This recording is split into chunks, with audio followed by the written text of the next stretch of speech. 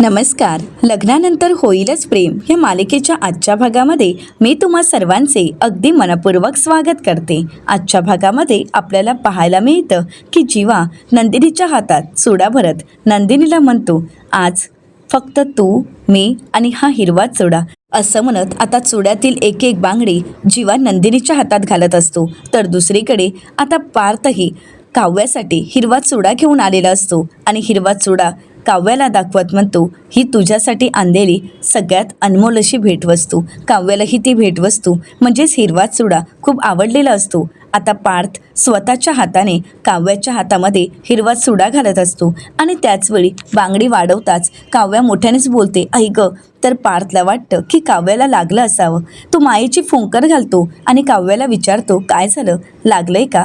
तर काव्या म्हणते, नाही, पण एवढी काळजी? तर पार्थ म्हणतो, हो, घेणारच ना? तर काव्या म्हणते, मग लग्नानंतरही घेणारच ना अशी काळजी, की तेव्हा बदलणार? आता मात्र पार्थ काव्याकडे पाहू लागतो. तर दुसरीकडे जीवा नंदिनीला म्हणतो, बदल हा चांगलाच असतो. तुला सांगू का, प्री वेडिंग शूटसाठी तू ज्याप्रमाणे तयार होऊन आली होतीस ना, खरंच मला तुझा तो लुक फार आवडला होता. तर नंदिनी जीवाला विचारते, कोणता लुक आवडला होता? ती ब्लॅक अँड व्हाईट साडी? तर जीवा म्हणतो, नाही, तू तो लाल ड्रेस घातला होतास ना, तो मला खरंच खूप आवडला होता. खरं तर तो तुझ्या अंगावर खुलून दिसत होता. म्हणजे ज्यावेळी तू तो लाल रंगाचा ड्रेस घालून माझ्या समोर चालत आलीस ना, तेव्हा काय सांगू चकाचक बाई, माझं हार्ट तर स्किप झालं होतं. मला काय बोलावं काहीच कळत नव्हतं, कारण तुझ्या त्या रूपामध्ये मी तर हरवून गेलो होतो. खरं सांगू का, तुला पाहून असं वाटत होतं की हजारो पाकळ्या एकत्र येऊन एक सुंदर फूल उमलतंय. तुझ्या प्रत्येक पावलाशी, हृदयाशी माझं समथिंग झालं होतं. तू खरंच खूप सुंदर दिसत होतीस चकाचक बाई. असं म्हणत आता जीवा थोडा रोमॅन्टिक होतो आणि आता नंदिनीच्या हातामध्ये हिरवा चुडाही भरत असतो. तर दुसरीकडे काव्या पार्थला विचारते, खरंच? तर पार्थ म्हणतो, हो, खरंच. तर काव्या पार्थला विचारते, एवढी सुंदर दिसत होती का मी? तर पार्थ म्हणतो, खरं सांगू का, एरवी तर तुम्ही सुंदर दिसताच, परंतु प्री वेडिंग शूटला तुम्ही हॉट दिसत होता. आता हे ऐकल्यानंतर काव्य पार्थला म्हणते, देशमुख, अहो तुम्ही हे काय बोलताय? पार्थ म्हणतो, काय झालं, बायकोला हॉट बोलू नये असा कुठे नियम वगैरे आहे का? काय झालं आहे का? तर काव्या मान डोलावत नकार देते. तर पार्थ म्हणतो, एरवी तुम्ही कुर्ती साडीमध्ये खरंच खूप छान दिसता, सुंदर दिसता, परंतु प्री वेडिंग शूटला तुम्ही घातलेली हॅट, गॉगल, जीन्स आणि जॅकेट आणि यामध्ये तुमचं सौंदर्य अजून खुलून दिसत होतं. खरं सांगायचं तर तुम्ही हॉट दिसत होता. असं म्हणत आता पार्थ काव्याच्या हातामध्ये हिरवा चुडा भरत असतो. काव्य अगदी प्रेमानेच पार्थकडे पाहत असते. पार्थने काव्याला इतकं छान कॉम्प्लिमेंट दिलेली असतात की आता काव्यही पार्थमध्ये हरवून गेलेली असते. आता काव्या पार्थला प्रश्न करत म्हणते, देशमुख, लग्नानंतर सुद्धा असं म्हणाल ना, म्हणजे काय आहे ना, प्रत्येक नवऱ्याला लग्नापर्यंत आपली बायको हॉटच दिसत असते, परंतु लग्नानंतर तीच बायको तिच्याकडे दुर्लक्ष करत फक्त तिने वाढलेल्या ताटातील जेवणातच त्याचं लक्ष असतो आणि ते त्याला जेवणच हॉट दिसत असतं. तर पार्थ काव्याला म्हणतो, नाही, असं कधीच होणार नाही, अगदी कधीच नाही. असं म्हणत पार्थ काव्याला शब्द देत म्हणतो, आपल्या प्रत्येक जन्मात मी तुम्हाला ॲप्रिशिएटच करत राहणार आहे.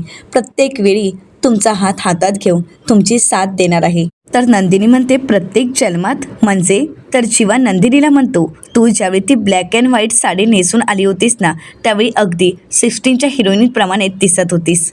आणि नंदिनी, खरं सांगू का, मला तेव्हाच वाटलं की आपण फक्त या जन्मात नाही तर त्या जन्मात सुद्धा असेच एकत्र होतो आणि त्या जन्मात आपलं राहिलेलं प्रेम आपण या जन्मात पूर्ण करत आहोत. असं म्हणत जीवा नंदिनीचे दोन्ही हात हातात घेतो आणि म्हणू लागतो, बघ, माझ्या बायकोला हिरवा चुडा किती खुलून दिसतोय. असं म्हणत आता जीवा नंदिनीच्या दोन्ही हाताला किस करतो आणि नंदिनीकडे पाहू लागतो. आता नंदिनी आणि जीवा दोघेही एकमेकांमध्ये हरवून गेलेले असतात. एकमेकांच्या नजरेत एकमेकांविषयीचा अभिमान, एकमेकांविषयीचं प्रेम आणि असणारा आदर शोधत असतात. तर दुसरीकडे पार्थ काव्याचे हात हातात घेतो आणि पाहत म्हणतो, चुडा भरल्यानंतर तुमचे हात खरंच किती सुंदर दिसत आहेत, परंतु चुडा भरत असताना तुमची मेहंदी मात्र खराब झाली, सॉरी. तर काव्य म्हणते, अहो पार्थ, काय हे तर काहीही झालेलं नाहीये. अहो माझी मेहंदी सुकली आहे आणि सुकल्यानंतर मेहंदी ही अशीच होते. परंतु खरं सांगू का, या मेहंदीची खरी गंमत काय आहे, ही सुकल्यानंतर, ती गळून पडल्यानंतर तिचं खरं अस्तित्व मागे सोडून जाते. असं म्हणत काव्या पार्थला तिची हातावरची मेहंदी दाखवते. तर दुसरीकडे नंदिनी चिवाला म्हणते आणि तो रंगसुद्धा अगदी लग्नानंतरच्या प्रेमाप्रमाणेच आधी फिका असतो आणि मग चढत जातो आणि मग गडद होत जातो आणि मग इतका रंगतो. तर जीवा आता नंदिनीचे हात हातात घेत म्हणतो, मेहंदीचा रंग 4 दिवसात उडून जाईल, परंतु आपल्या प्रेमाचा रंग कधीच उडणार नाही. तो कायम असाच आपल्या एकमेकांसोबत असणार आहे. आणि आता आपल्यामध्ये कोणीच नाही येणार. परंतु त्याच वेळी मानिनीताई आवाज देत म्हणतात, नंदिनी. आता मात्र जीवा म्हणतो, कोण आलं आता आपल्या दोघांमध्ये? तर मानिनीताई तिथे येताच जीवा लगेच पडून घेतो आणि लपण्याचं नाटक करतो. परंतु नंदिनीसोबत मानिनीताई बोलताच त्यांना तिथे जीवा दिसतो. आता मानिनीताई चांगलाच थपाटा घालतात आणि म्हणतात, काय रे, तू काय करतोयस इथे? तुझं काय काम आहे इथे? तर जीवा म्हणतो, मी इथे, असं म्हणत जीवाला काय बोलावं काहीच कळत नसतं. तर दुसरीकडे काव्या आणि पार्थ यांच्या प्रेमाच्या गोष्टी चालू असतात आणि तिथे शारदाताईंची एंट्री होते. शारदाताईंना पाहताच काव्या मोठ्यानेच म्हणते, आई. आता दोघेही उठून उभे राहतात. आता शारदाताई त्या दोघांकडे पाहताच दोघंही शांतच असतात. परंतु आता स्वतःचा बचाव करण्यासाठी काव्या पार्थच्या अंगावर ढकलत म्हणते, अगं आई बघ ना, अचानकच पार्थ रूममध्ये आलेत. कसे आलेत मला काहीच माहीत नाही. काय हो, तुम्ही इथे रूममध्ये का आलात? तर पार्थ म्हणतो, हो ना, मला सुद्धा माहीत नाही. म्हणजे मी इथून जात होतो आणि इथे कसं आलो मलाच नाही माहीत. कदाचित चुकून आलो असेल. तर शारदाताई म्हणतात, हो का, चूक झाली असेल, असू देत ना, पण आता आपण चूक सुधारूयात. तर दुसरीकडे मानिनीताई जीवाला म्हणतात, मला एक सांग, तू इथे कसा का आलायस? जीवा, तू बाहेर होतास ना, मग तू इथे काय करतोयस? नंदिनी, मला सांग, जीवा इथे काय करतोय? तू इथे कसा काय आला? तर आता नंदिनीला काय बोलावं काहीच सुचत नाही. जीवा म्हणतो, कशासाठी आलो होतो ते? तर नंदिनी म्हणते, आई, अहो मला पाणी हवं होतं आणि मला पाणी देण्यासाठी इथे कोणीच नव्हतं. मग म्हटलं की यांना. तर मानिनीताई म्हणतात, हो ना, अगं एवढ्या मोठ्या हॉलमध्ये तुला पाणी देण्यासाठी कोणी सापडलंच नाही ना. बरं, तू पाणी पिलंयस ना, की हे साखरेचं पाणी पिणार आहेस? तर जीवा मस्करी करत म्हणतो, म्हणजे या कार्यक्रमाच्या दगदगीत तिची जरा शुगर लो झाली होती. आता मानिनीताई चांगलाच थपाटा देतात आणि म्हणू लागतात, काय रे, मला वेडं बनवताय का? पण काय चाललंय तुम्हा दोघांचं? नंदिनी, अगं चुडा भरायचा आहे, येतेस ना तू? तर त्याचवेळी मानिनीताईंचा लक्ष नंदिनीच्या चुड्याकडे जातो आणि मानिनीताई म्हणतात, वा, म्हणजे असा प्लॅन होता तर. बरं, अरे मेहंदी पण रंगली आहे आणि आता हळद लावायची आहे की नाही? आता मात्र जीवा आणि नंदिनी एकमेकांकडे पाहू लागतात. आता आपली हळद होणार या विचाराने दोघेही खुश असतात. तर दुसरीकडे आपल्याला पाहायला मिळतं, शारदाताई काव्य आणि पार्थला म्हणतात, अरे तुम्हाला हळद लावण्यासाठी कोण आलंय माहीत आहे का? सत्य आणि मीरा आले आहेत. किती गोड आहेत दोघं, अगदी साधी माणसं. तर काव्य म्हणते, हो, अगदी खरं आहे, अगदी साधी माणसं आहेत ती. तर आता आपल्याला हळद लावण्यासाठी मीरा आणि सत्य आले आहेत. हे ऐकून काव्य आणि पार्थ खुश होतात. तर दुसरीकडे मानिनीताईंनी हे सांगताच नंदिनी म्हणते, अरे वा, म्हणजे त्या दोघांना आपल्या हळदीला, आपल्या लग्नाला यायला वेळ मिळाला तर खरंच आपण भरून पावलो. आणि ती दोघं येताना जर फुलं घेऊन आली असतील ना, तर खरंच अजूनच छान. असं म्हणत आता नंदिनी जीवाला म्हणते, चला मग आपण जाऊयात ना हळदीसाठी? तर जीवा म्हणतो, हो हो चला. असं म्हणत आता मानिनीताई त्या दोघांनाही हळदीसाठी घेऊन जातात. तर दुसरीकडे हळदीसाठी खूप छान तयारी केलेली असते. सर्वच जण पिवळ्या रंगाचे कपडे घालून तयार असतात आणि आता हळदीच्या कार्यक्रमाला सुरुवात होते. आता हळदीच्या कार्यक्रमासाठी प्रमुख उपस्थिती असते, ते म्हणजे सत्य आणि मीराची. आता चौघांच्याही हळदीला सुरुवात होते. तर सत्य आणि मीरा सगळ्यात पहिल्यांदा जीवा आणि पार्थला हळद लावून घेतात. तर त्यानंतर मानिनीताई आणि विक्रम आपल्या मुलांना हळद लावतात. इकडे मात्र जीवा आणि पार्थ यांचा लक्ष काव्य आणि नंदिनीकडे असतो. जीवा खुणावूनच नंदिनीला म्हणतो, आता मी लावू का तुला हळद? असं म्हणत तो खुणावूनच नंदिनीला हळद लावण्याबद्दल विचारत असतो. तर दुसरीकडे पार्थ काव्याला इशारानेच हळद लावू का असं विचारत असतो. आता यानंतर रम्या हळद लावायला घेते. रम्याने जीवा आणि पार्थला हळद लावलेली असते आणि त्यानंतर नंबर लागतो तो म्हणजे घरातील प्रत्येक पाहुण्यांचा. आता घरातील प्रत्येक जण जीवा आणि पार्थला हळद लावत असतात. खूप मज्जा मस्करी करतच हळदीचा कार्यक्रम चालू असतो. खूप छान गाणेही लावलेली असतात आणि घरातील प्रत्येक आलेले पाहुणे, घरातील सगळी मंडळी जीवा आणि पार्थला हळद लावतात. तर त्यानंतर मानिनीताई म्हणतात, चला आता या दोघांना हळद लावून झाली आहे ना? तर सर्वजण म्हणतात की हो, या दोघांची हळद तर झाली आहे. तर मानिनीताई मीराला म्हणतात, मीरा आता या दोघांची उष्टी हळद काव्य आणि नंदिनीला नेऊन दे ना. तर आता इथे घाईघाईने पार्थ मीराच्या हातामध्ये वाटी देत म्हणतो, काव्याला नेऊन दे. तर जीवा म्हणतो नंदिनीला. असं म्हणत दोघेही अगदी लग्नासाठी उतावळे झालेले असतात. उतावळा नवरा गुडघ्याला बाशिंग अशी दोघांचीही अवस्था झालेली असते. आता मीरा दोघांची ही उष्टी हळद त्यांच्या बायकांसाठी घेऊन जात असते. परंतु त्याचवेळी मीराचा साडीत पाय अडखळतो आणि ती तिथेच तोल जाऊन पडते. आणि ज्यावेळी मीराचा तोल जातो त्यावेळी दोन्ही हळद एकमेकांमध्ये मिक्स झालेले असतात आणि हे पाहून सर्वांनाच धक्का बसतो. तर वसुआत्या पुढे येतात आणि मीरावर चिडत म्हणतात, अगं तू अशी कशी धडपडलीस? तुला नीट चालता येत नाही का? तर आता मानिनीताई म्हणू लागतात, असू देत, काही हरकत नाही. आता मीरा त्या दोन्ही वाट्या हातात घेते, परंतु त्या मिक्स झाल्यात हे लक्षात येताच वसुआत्या म्हणू लागतात, अगं तुला कळतंय का? माझ्या दोन्ही भाच्यांची हळद आता मिक्स झाली आहे. असं म्हणत वसुआत्या चिडलेल्या असतात. आता रम्या आईला शांत करण्याचं नाटक करते आणि म्हणू लागते, आई. तर वसुआत्या म्हणतात, आई काय आई? अगं मला आता सांग की कुठली हळद पारची आहे आणि कुठली हळद जीवाची आहे, हे आता कसं कळणार आहे, सांग बघू.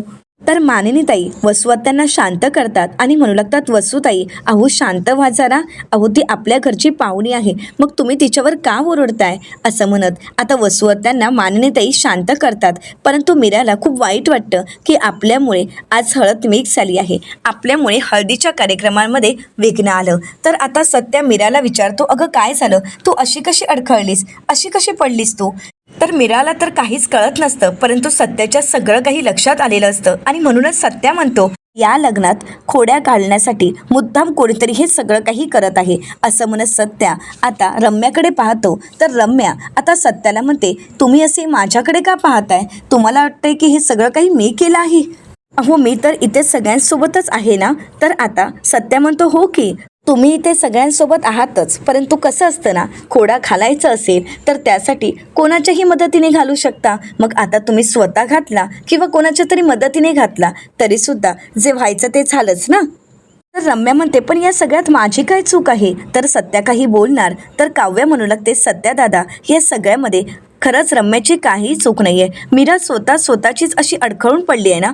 मग या सगळ्यामध्ये रम्याला दोष द्यायची काहीच गरज नाही आहे. या सगळ्यामध्ये रम्याची काहीच चूक नाही आहे. वसुआत्या म्हणतात, चल मान्य आहे, ती स्वतःच पडली आहे ना. पण आता जी काही चूक घडली आहे आणि जे काही घडलं आहे ते कसं निस्तारायचं सांग बरं. आता रम्या वसुआत्यांना म्हणते, आई. तर वसुआत्या म्हणतात, अगं आई काय आई? तुला कळतंय का आता काय झालंय ना? आता या दोघांची हळद होणार आणि ना या दोघींना या दोघांची उष्टी हळद लागणार. आता हे ऐकल्यानंतर तिथे असणाऱ्या सर्वांनाच धक्का बसतो. मीरा म्हणू लागते, हे सगळं काही माझ्यामुळे झालंय ना. आपल्यामुळे जे काही घडलं त्यामुळे मीराला खूप वाईट वाटत असतं. तर आता वसुआत्यांच्या या प्रश्नाचं उत्तर देण्यासाठी नंदिनी उभी असते आणि नंदिनी म्हणू लागते, वसुआत्या असं काहीही होणार नाही. आता हळदही होईल आणि उष्टी हळदही लागेल. तर वसुआत्या म्हणतात, कसं? तर नंदिनी वसुआत्यांना म्हणते, कळेलच आता. असं म्हणत आता नंदिनी आणि काव्या वसुआत्यांच्या समोर येऊन उभ्या राहतात. आता नंदिनी ती हळद पाहत वसुआत्यांना म्हणते, वसुआत्या या दोन्ही हळद एकमेकांमध्ये एवढ्या एकजीव झाल्या आहेत, एवढ्या छान मोडल्या आहेत की नक्की कोणाची हळद कोणती आहे हे कोण ओळखूच शकत नाही. म्हणजे जीवाची हळद कोणती आहे आणि पारची हळद कोणती आहे हे कधीच कोण ओळखू शकत नाही. आणि दोन्ही हळद एकत्र झाल्यामुळे आता तर त्या दोन्ही हळदींना वेगळं करताच येणार नाही. कारण जसं आमचं चौघांचं नातं आहे तसंच ज्या पद्धतीने ही हळद एकमेकांमध्ये मिसळून एकजीव झाली आहे तसंच आमचं नातंही असंच एकरूप झालं आहे. असं म्हणत नंदिनी पुढे म्हणते, आमच्या चौघांच्या बाबतीत जे काही घडलं ते आम्ही चौघांनीही सहन केलं आणि म्हणूनच आमचं नातं पहिल्यापेक्षा अगदी घट्ट बांधलं गेलं आहे. जे काही केलं ते एकत्रितपणे केलं. म्हणजे तो जरी राग असला तरी सुद्धा, मग तो राग असू देत, दुःख असू देत किंवा विरह, या सगळ्या गोष्टी आम्ही एकत्रितपणे सहन केल्यात. आणि पराकोटीचं प्रेमसुद्धा उलट या हळदीपेक्षाही अगदी एकरूप आणि घट्ट झालं आहे. ते म्हणजे मी, जीवा, काव्या आणि पार्थ यांचं नातं. आणि खरं सांगू का, मला तरी वाटते की हाच नशिबाचा करेक्ट संकेत आहे. आता मानिनी ताईसुद्धा खुश होतात. नंदिनीने जी आपल्या प्रेमाची आणि आपल्या नात्याची व्याख्या सांगितलेली असते, त्यापुढे एकजीव झालेली हळदसुद्धा कशा प्रकारे आमच्या नात्यात गोडवा घेऊन येते हे नंदिनीने सगळ्यांना पटवून दिलेलं असतं. आता सर्वच जण खुश होतात. तर काव्या नंदिनीला म्हणते, अगदी करेक्ट आहे ताई. आणि मी काय म्हणते, जर आज ही एकमेकांमध्ये मिसळलेली हळद जर मला लागली तर मी काय म्हणेन माहीत आहे, मला हळद लागली माझ्या नवऱ्याच्या नावाची, म्हणजेच पार्थच्या नावाची, आणि एक मित्र म्हणून माझं भलं करणाऱ्या या जीवाची. तर नंदिनी पुढे म्हणते, अगदी बरोबर. आणि हीच हळद मला लागली तर मी असं म्हणेन की माझ्या पाठीशी खंबीरपणे उभ्या असणाऱ्या माझ्या नवऱ्याची म्हणजे जीवांची हळद, आणि मला साथ देणाऱ्या माझ्या दिरांची हळद मला लागली असं मी समजेन. आता सर्वच जण त्या दोघींकडे अगदी अभिमानाने पाहू लागतात. तर आता नंदिनी पुढे म्हणते, आणि वसू आत्या, या दोघांचं तुम्ही काय घेऊन बसलाय? खरं तर आईबाबांच्या प्रेमाचा रंग जो आमच्यावर चढला आहे तो खरा आहे आणि तो पक्का आहे. तर आता हे सगळं काही काव्यालाही पटलेलं असतं. तर काव्य म्हणते, नाही तर काय, अहो आत्याबाई, एक कुटुंबातील सदस्य आणि एक कुटुंब म्हणून आम्ही सर्वजण एकमेकांच्या उष्टही खाऊ, मग ही हळद काय चीज आहे? त्यामुळे मीराकडून काहीही चूक झालेली नाही. तर नंदिनी म्हणते, उलट आमच्या या हळदीमुळे, आता आमच्या येण्यामुळे हे भाऊ भाऊ वेगळे नाही होणार, तर हे भाऊ कायमच असे एकत्र राहतील, हेच तर ही उष्टी हळद सांगत आहे. असं म्हणत आता नंदिनी एक हळदीचा बाऊल आपल्या हातात घेते आणि एक काव्याच्या हातात देते. आता नंदिनी काव्याच्या गालावर हळद लावत काव्याला म्हणते, ही आहे तुझ्या नवऱ्याची म्हणजेच पार्थची उष्टी हळद. तर आता काव्या नंदिनीच्या गालावर हळद लावत म्हणते, ही आहे तुझ्या नवऱ्याची म्हणजेच जीवाची हळद. आता सर्वजण टाळ्या वाजवतात. तर आता सत्या टाळ्या वाजवतच म्हणतो, वा वा, ही आहेत साधी माणसं. तर आता मानिनी ताई नंदिनी आणि काव्याला म्हणतात, बरं मुलींनो, अहो आई बाबा तिथे वाट बघतायत, जा जा त्यांच्याकडून हळद लावून घ्या. तर आता नंदिनी आणि काव्या खुश होतात आणि लगेच हळदीच्या कार्यक्रमाला सुरुवात होते. आता काव्य आणि नंदिनी हळदीसाठी बसताच मीरा शारदाताईंच्या हातामध्ये हळद द्यायला जाते. तर त्यावेळी शारदाताई मीराला म्हणतात, माझ्या मुलींना पहिली हळद लावण्याचा मान तुमचाच. आता सर्वप्रथम हळद लावण्याचा मान मीराला देण्यात येतो. आता मीरा काव्या आणि नंदिनीला हळद लावते. तर त्यानंतर शारदाताई आणि धनंजय आपल्या दोन्ही मुलींना अगदी हळद लावत त्या दोघींची पाठवणी करण्यासाठी सज्ज झालेले असतात. आता पार्थच्या नावाची उष्टी हळद काव्याच्या गालावर चढलेली असते. तर नंदिनीच्या गालावर आता जीवाची उष्टी हळद चढलेली असते. हळद लागताच दोघींचंही रूप अगदी खुलून दिसत असतं. आलेले प्रत्येक पाहुणे आता नंदिनी आणि काव्याला हळद लावत असतात. मानिनीताई आपल्या दोन्ही सुनांकडे अगदी अभिमानाने पाहत असतात. आता हळदीच्या कार्यक्रमात खूप छान हळदीची गाणी लावली जातात आणि आता हळदीचा कार्यक्रम खूप छान पद्धतीने पार पडत असतो. आता हळद लावून होताच नंदिनी आणि काव्या सत्या आणि मीराचे आभार मानत म्हणतात की हो, बरं झालं तुम्ही दोघंही हळदीत आलात. नंदिनी दोघांनाही म्हणते, तुम्ही दोघं हळदीसाठी आलात, खरंच बरं वाटलं. तर सत्या म्हणू लागतो, आज या कार्यक्रमात येऊन खरंच खूप आम्हालाही छान वाटलं आणि त्यापेक्षाही तुम्हा सगळ्यांना भेटून खरंच खूप बरं वाटलं. तर मीरा म्हणते, अगदी खरं आहे, असाच एकमेकांना तुमचा आनंद वाटत राहा आणि तुमचा हा आनंद कायम तुमच्या चेहऱ्यावर असाच दिसू देत आणि तुम्हा सगळ्यांना तुमच्या पुढील आयुष्यासाठी, पुढील वाटचालीसाठी खूप खूप शुभेच्छा. असं म्हणत आता मीरा आणि सत्या दोघंही जाण्यासाठी निघालेले असतात. त्या निघण्या अगोदर सत्या जीवा आणि पार्थची भेट घेतो, त्यांना त्यांच्या पुढील आयुष्यासाठी शुभेच्छा देतो. तर मीरा नंदिनी आणि काव्याची भेट घेत त्या दोघींनाही त्यांच्या आयुष्यासाठी शुभेच्छा देत, त्यांच्या लग्नासाठी शुभेच्छा देत आता मीरा आणि सत्या घरी जाण्यासाठी निघालेले असतात. आता जीवा नंदिनीला काही सांगणार आणि पार्थ काव्याला, तर त्याचवेळी त्या ठिकाणी युग येतो आणि म्हणू लागतो, चला चला, पाहुणे मंडळी खरे गेले आहेत आणि जपून जपून हळद लावण्याची आता वेळ संपलेली आहे, त्यामुळे आता होणार फक्त धिंगाणा, आई बाबा चला. असं म्हणत आता युगने सर्वांना एकत्र आणत हळद खेळायला सुरुवात केलेली असते. आता पार्थ काव्याला हळद लावतो, तर जीवा नंदिनीला, नंदिनी जीवाला, मानिनीताई, शारदाताई असे सर्वच जण मिळून एकमेकींना हळद लावतात आणि हळदीचा कार्यक्रम खूप छान पद्धतीने पार पडलेला असतो. तर त्यानंतर पार्थ, जीवा, नंदिनी आणि काव्या एकत्र बसून बोलत असतात. तर त्यावेळी हळदीमध्ये जे काही घडलं या सगळ्याला पार्थ रम्याला जबाबदार धरतो आणि म्हणू लागतो, मला तरी वाटते की हे सगळं काही रम्याने केलं आहे. तर काव्य पार्थला म्हणते, अहो असं काही नाही आहे, खरंच रम्या खूप बदलली आहे. रम्यातील बदल मी पाहिला आहे, त्यामुळे रम्या असं करणं शक्यच नाही. अहो आजचंच घ्या ना, आज सगळं किती ती मनापासून करत होती. तर पार्थ म्हणतो, मनापासून? बरं, आता तुम्हा दोघांपैकी कोणाला वाटते की रम्या बरोबर आहे? आता मात्र नंदिनी हात वर करत नाही, कारण नंदिनीचं अजूनही रम्याच्या वागण्यावर अजिबातच विश्वास नसतो. परंतु जीवा मात्र रम्यावर विश्वास ठेवतो आणि हात वर करत, माझा रम्यावर विश्वास आहे, रम्या खरंच बदलली आहे, रम्याने काही चुकीचं केलं नाही, असं जीवा सांगण्याचा प्रयत्न करतो. आता जीवाने हात वर केला हे पाहून पार्थ म्हणतो, अरे? तर नंदिनी म्हणते, जीवा? आता हे सगळं काही रम्या लपूनच पाहत असते आणि रम्या खुश होते, कारण आता एक व्यक्ती आपल्या बाजूने आहे. आता ज्याप्रमाणे काव्याने आपल्यावर विश्वास ठेवलेला असतो, त्याप्रमाणे जीवानेही आपल्यावर विश्वास ठेवल्यामुळे रम्याचा डाव यशस्वी झालेला असतो. रम्या खुश होते. तर इकडे नंदिनी जीवाला म्हणते, जीवा, अहो तुमचं मत इतक्या लवकर कसं काय बदललं? जीवा काहीच बोलत नाही. तर पार्थ जीवाला म्हणतो, जीवा तू हात वर केल्यास हे माझ्यासाठी सुद्धा शॉकिंग आहे. पार्थ जीवाला म्हणतो, जीवा अरे तू विसरलेस का? वसू आत्या आणि रम्याने आपल्या आयुष्यात काय काय केलं आहे ते.